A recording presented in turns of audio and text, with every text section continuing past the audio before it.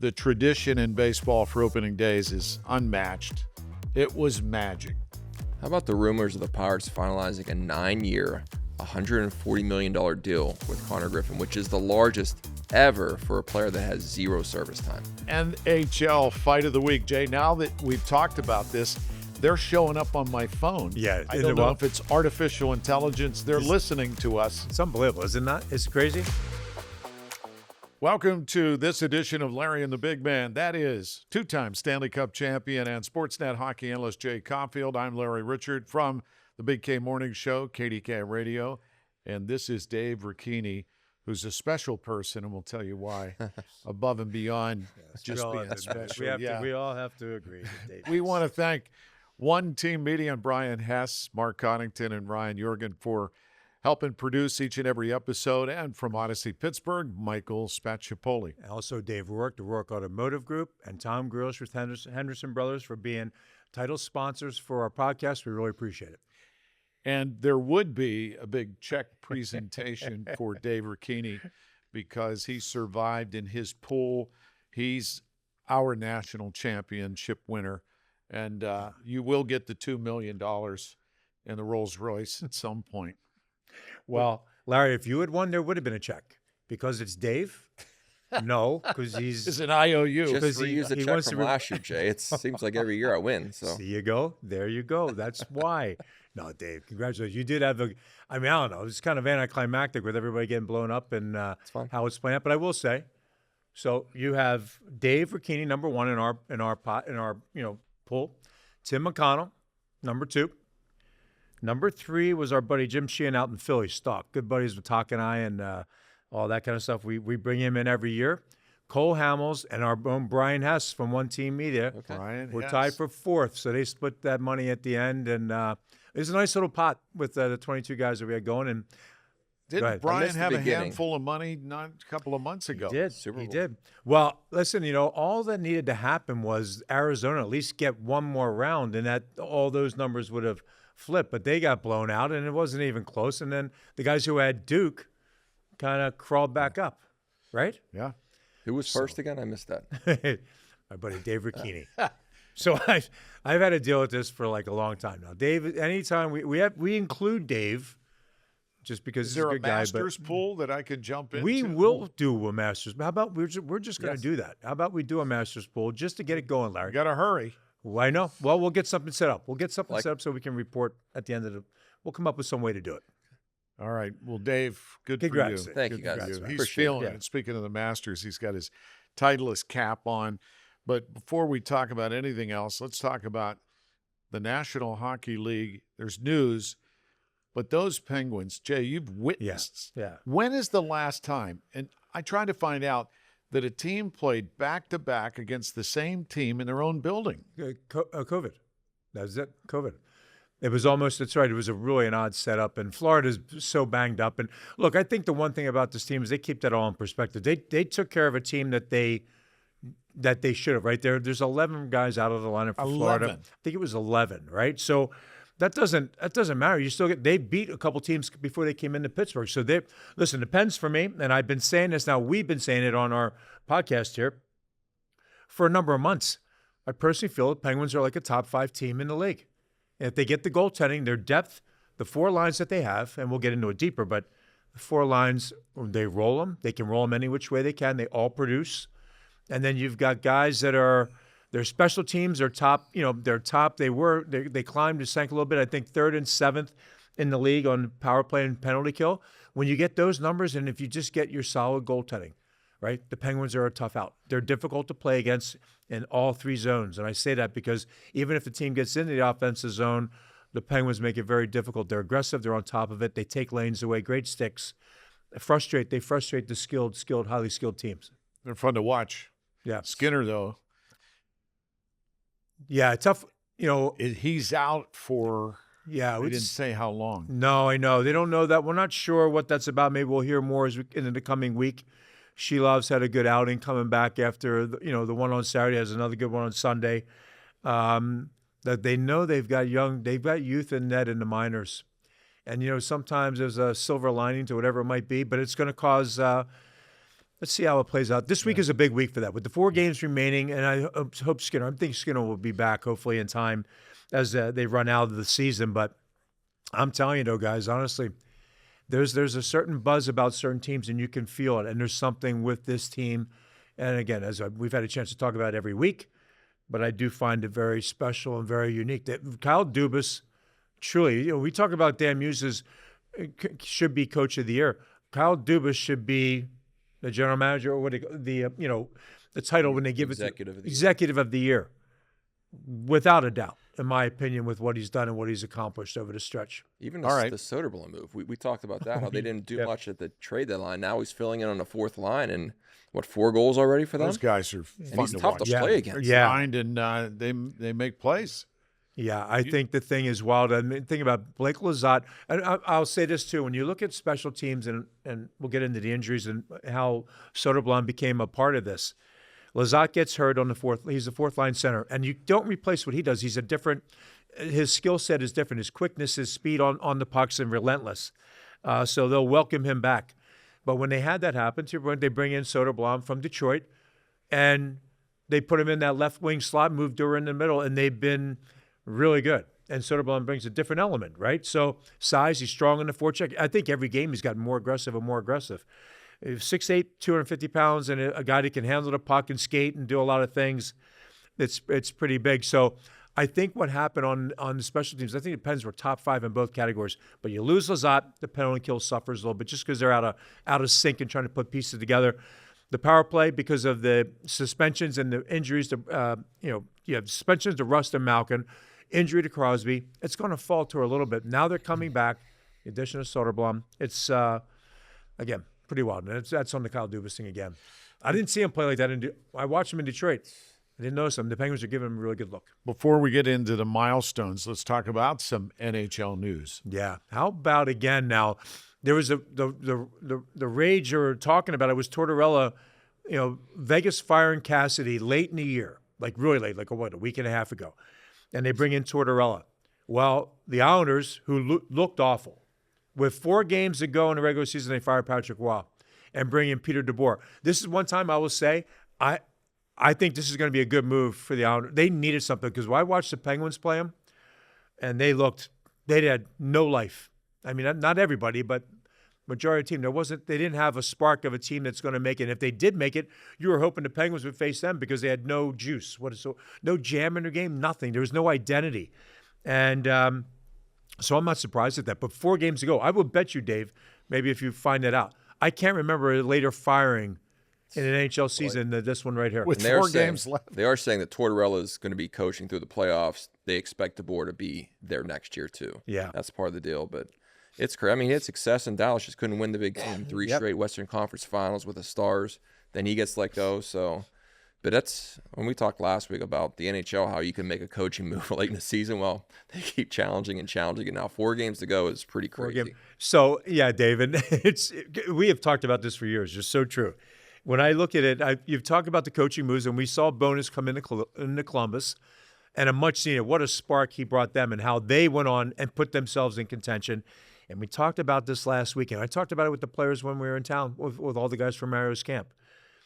To come out and make a statement that you're guaranteeing your team's going to be in the playoffs with 12 games to go. From that point, I believe they're 0-4-1. Right? They've gone south.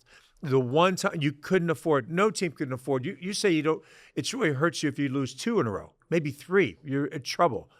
They're pushing 5, and it's. They're on that number. Like it's to me such a bad. The guarantee you're going to be in a playoffs, and everybody's in a hunt. Your team had no pressure on them in Columbus. They were just playing great hockey, and they're a hardworking team. He was doing a great job with them. I think that, and it just lines up with that comment, right? Makes the comment, Larry, and we know, and then it hasn't worked out for them since. Well, your good buddy Rick Tocchet. I'll tell you what, we had him on the podcast weeks ago, and they were on the bubble of being in contention, and now look at them fly. 90 points going into this week. Again, with the 4 games left, they have a couple days off, just like the Penguins do.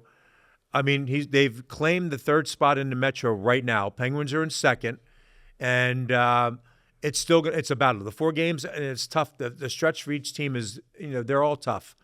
But the Flyers are playing great hockey. You got great goaltending with Vladar. I mean, talk weather to storm. Like a couple months ago, it was tough in Philly, and he sticks to his. Look, he's won. He knows what it's about, and he knows what he needs. And the team has just picked it up around him. Now they're finding themselves in that third spot. Now I'm going to say it again. The Islanders, Columbus, faltered, and it opened a door for somebody like the Flyers to come in. Capitals are right there. They had a bad loss the other day. That kind of thing. But what Philly's done, we talk about Dan Muse. Really, you could have Dan Muse, you could have Rick Tocchet, all names that should be up there for a Coach of the Year scenario, because nobody expected any of these teams to be here, and they're doing such a great job. Yeah, 6 straight losses for the Blue Jackets. They're at the Red Wings tonight. Flyers at the Devils tonight. Islanders 1 point back. Red Wings 2. Blue Jackets 2. 6 straight losses. 6 losses. So I even gave them a little buffer. I was off by a game or two. By the way, it was a perfect week for the Penguins. I know they lost the one against Tampa, but the way they just out-muscled teams and outscored them 27-10 in their 4 wins. But also, wouldn't you say that if you're a Pens fan, you'd rather see the Islanders out of the playoffs just based on how much trouble they've given the Penguins in the past? As opposed to the Flyers? No, yeah, I think, first of all, the Penguins, if they play the way they are, it's a be careful what you wish for kind of scenario. Right. But when you watch, let's go with that, Dave, because I agree on that side of it about with the Islanders and what it's been over the history of with the Islanders. But the other part would have been Sorokin. Sorokin is one of the best in the league, but the Penguins have gotten to him, right? And you never know how that plays itself out.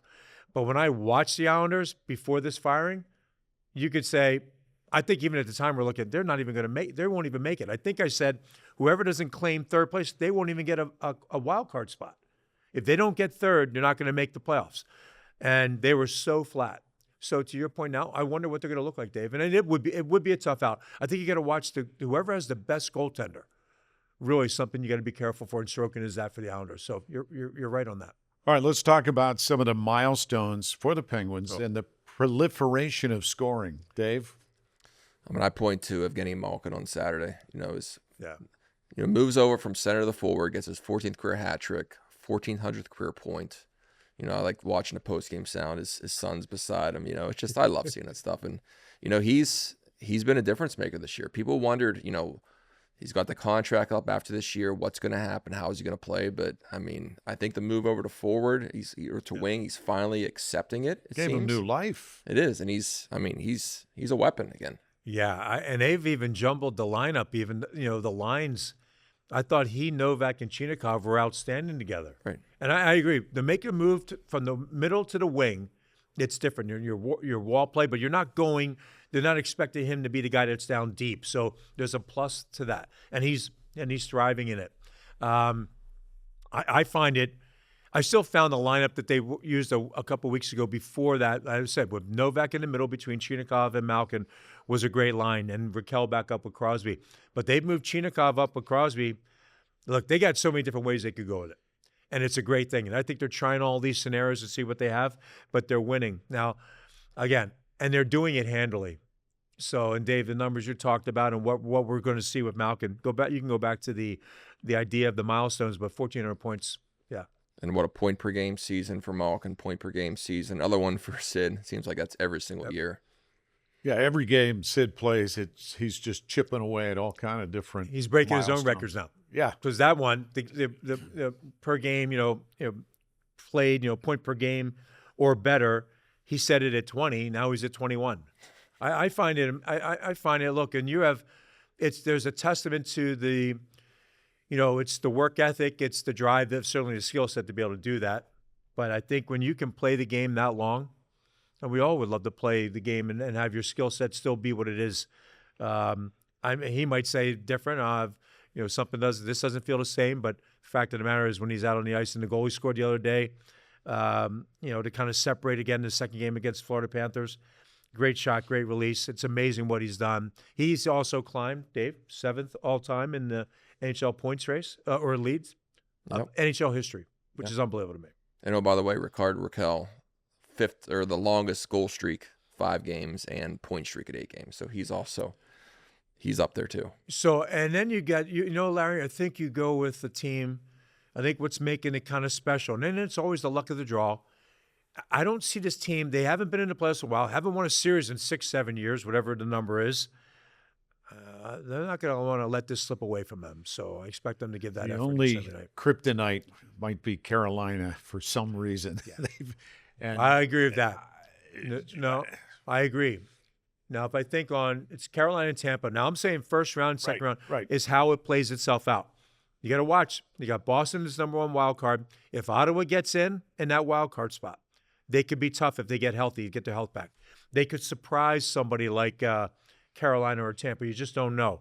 But that's what I said. I think when I said 5, if I look at Penn's top 5 in the NHL, I'm going with Tampa, Carolina. You got Colorado. Go ahead. Start now. I'm sitting there going, okay. Who else? Minnesota, the Wild. I know. I mean, Edmonton just because of McDavid. They haven't, haven't played that great, and the Pens beat them. No. I mean, so that's why I said they're really, but you're right about Carolina. I think Carolina and Tampa. See, Tampa, they put on a display when they played the Pens, and they were, they're not completely healthy either, but they're good. They're the elite in that East, Carolina and Tampa Bay. I agree with that. All right, is there an original Yinzerdog of the week that you can pick from the Pens team with so many guys playing so good? Who do you pick?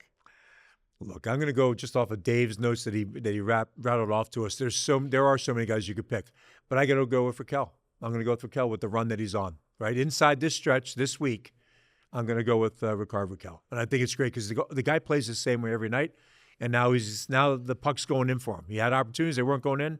Now they're going in. Rickard Raquel's my guy. Dave, he's on a list. I had him, Malkin, Soderblom, 3 goals last week. That's tough for a fourth line forward to do, but I can get on board with Raquel. All right. And so it shall be done. Okay, so what's Rickard Raquel going to receive from us? Original Yinzerdog, Stanley P. Kachowski, Kabasi, Babushka, Mama Pierogies, and Yinzer Halushki, courtesy of original Yinzerdogs. So, by the way, he could we might not even have to send it to him. He can maybe just go over because the location is right it's right there. Yeah. Next right by to the practice Cranberry, room. 2 doors down from the Milkshake Factory, right through the parking lot of the UPMC Lemieux Center. Perfect. It's a perfect spot.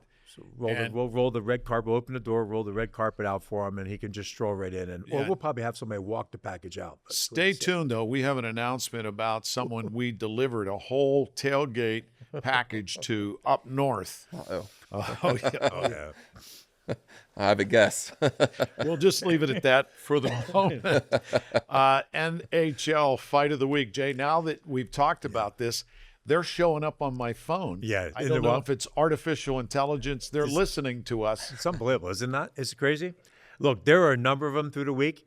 I'm going to go back. I'm going to go to a goalie fight, right? But I have to say, there's a couple really. I got to mention 2 captains in Minnesota and Dallas.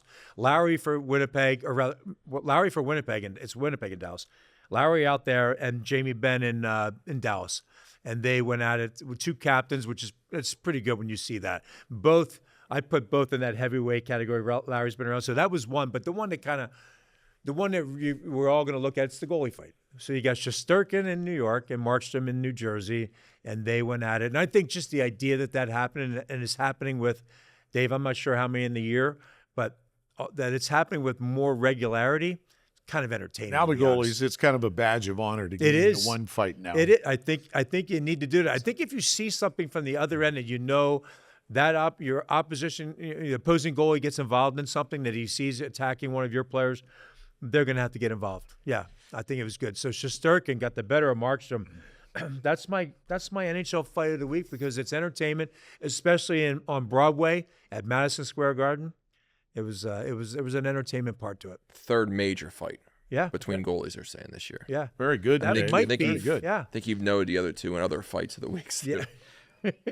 All right, Dave. I love it but it's good. I think it's entertaining for the game.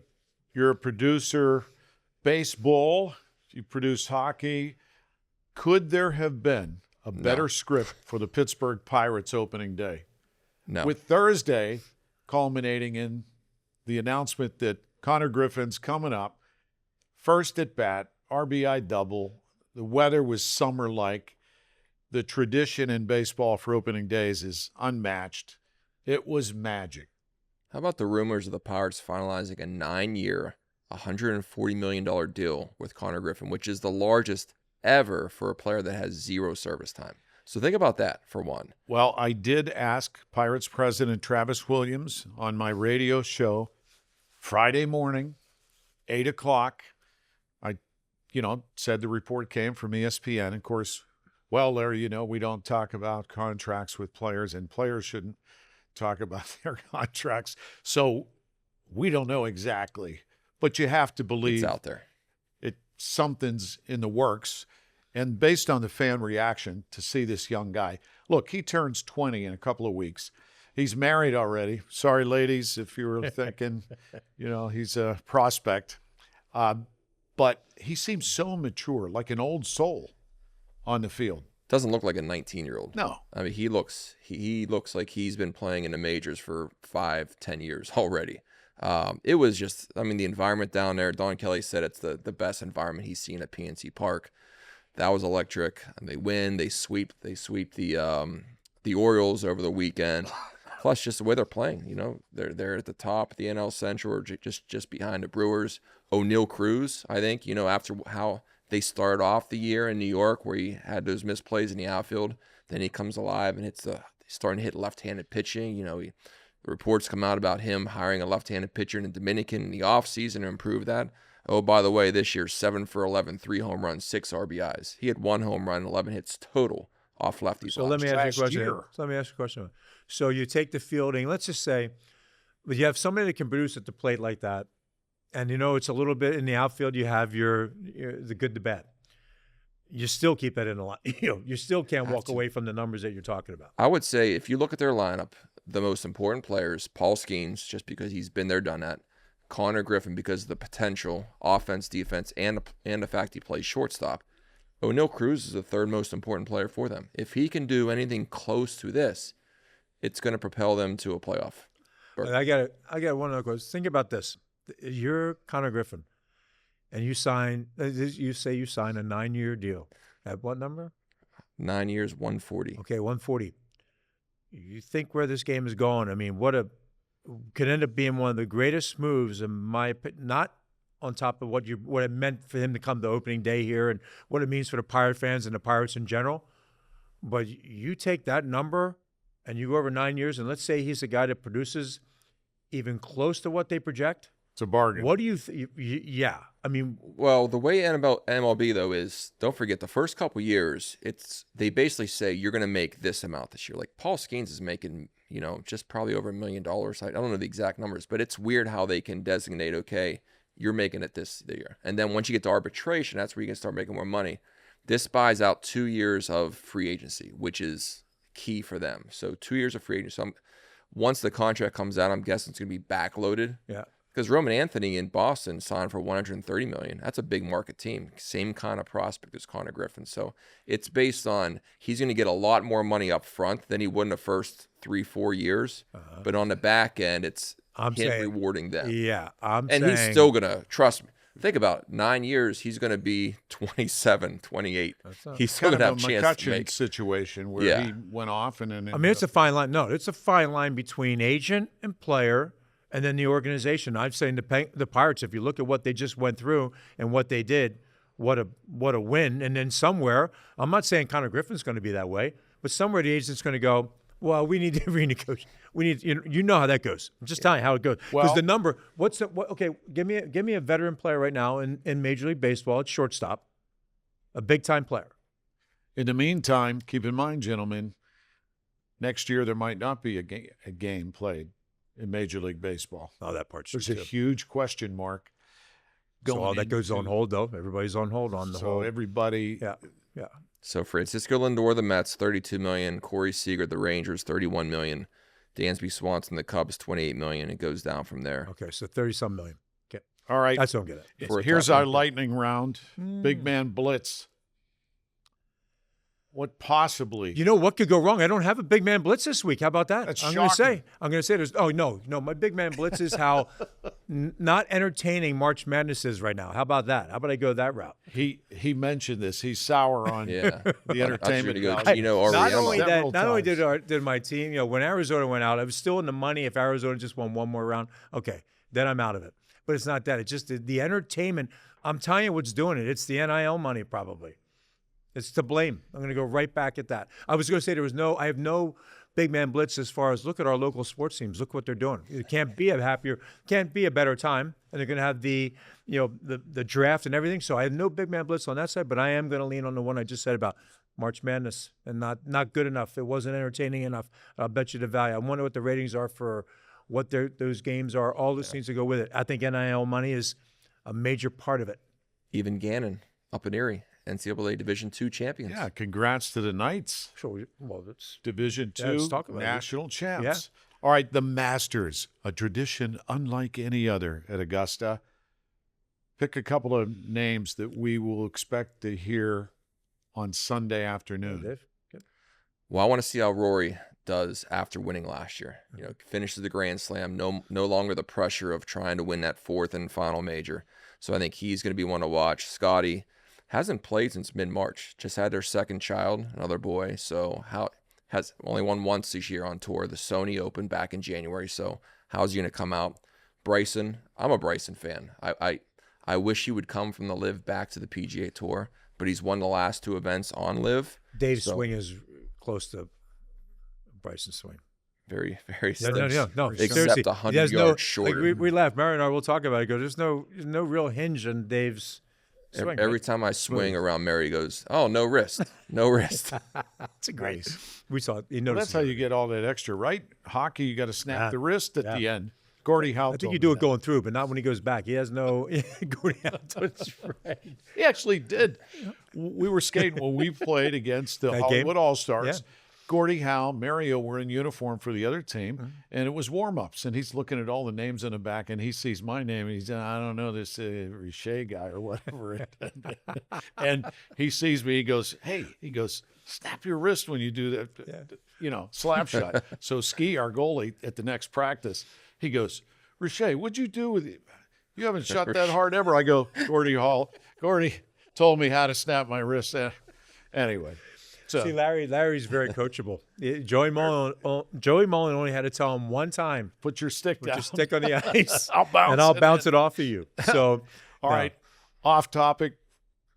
You wanted to have us pick our ultimate foursome. Is this living or any time? You can go back in the past if you'd like. If you could play Augusta, and you could pick any 3 players to take with you. Well, he's already playing with those guys: Mario Lemieux, Pierre LaRouche. Still go ahead. No, but you're probably going to have 2 different kinds. You're going to have one that's like an emotional one, where it's your dad and brother, maybe that kind of thing, right? You would probably have that one. Well, you 2 be my emotional one. I'd say Jay and Larry for my emotional one. You haven't seen my game, but so who do you pick? Big man. Oh wow. Mario Lemieux. I would go. No, I would still go with Mario because I think he's the most enjoyable. Does the same thing all the time. He's always great to play with. I got Mario. I've got Tak, right? And man, all the guys are so many. Like honestly, could be anybody. Could be. I mean, professional. So I got Mario. I got Tak, and I got to go with. Man, I'm just going to go with somebody like I'm going to have a triplet thing here because it's going to be Kevin, Stevens, Rex, Pierre LaRouche. Have to be one of those 3. I got to throw them all in. I can't leave one out. Of guys that was at fantasy camp. I can caddy. Rex could caddy. There's so many good guys, but truly, I said playing with Mario to me, that number 1 is an awesome, great experience because he's the same way. Doesn't care, doesn't make but he notices every little thing. Later on he'll remind you over a beer or whatever. But the fact of the matter is he's great to play with. So I'm going to say I got Mario, I got Tak, and I'll go with. I gave you my trio of who it's got to split between it. All right, Dave. My dad, he taught me the game. You just grew up. I would Jay no. Apparently doesn't care about his family. Can I finish? Can I finish? That's right. Dave, you just literally you qualified. Yeah. I said anybody. Wow, Larry. But I would choose him. Okay, my father. Yep. Prime Arnold Palmer. And Bill Murray. That would be somebody. How long have you had? See, Dave came up with this thing. I got thrown this thing. I came up with it at 11 a.m. Wait a minute, I'm busy working. I didn't see that text, but I get that. That's a pretty good one. That's a good one. That's why you picked 7 golfers. I know. Well, that was good. Larry, who do you got, Larry? Palmer. I had the honor to meet Mr. Palmer several times. what an incredible ambassador for the sport it would be fun to be with, because he wouldn't take you too serious. And then it would be Sydney Sweeney and Jennifer Aniston. And on that note, thank you, Dave Ricchini. Yeah, Dave. Thanks, guys. Nostradamus. Congrats, too, big man. Congrats. Thank you. Want to thank One Team Media's Brian Hess and Ryan Jorgen and Mark Coddington for producing, and from Odyssey Pittsburgh, Michael Spatchapoli. Yeah, and Dave Rourke, the Rourke Automotive Group. Thanks so much, Dave. Lifetime state inspections, lifetime oil change, lifetime engine warranty. Check them out. Again, they're fantastic from beginning of the process to the end. And Tom Grillish at Henderson Brothers. And Larry, just a little bit more about them. Experience the power of partnership with HendersonBrothers.com. Thank you, Tom. Thank you, and follow us on social media. Tell your friends. We got a lot of great guests coming up through the course of the playoffs. Yeah, playoffs. That's this edition of Larry and the Big Man, and that's a wrap.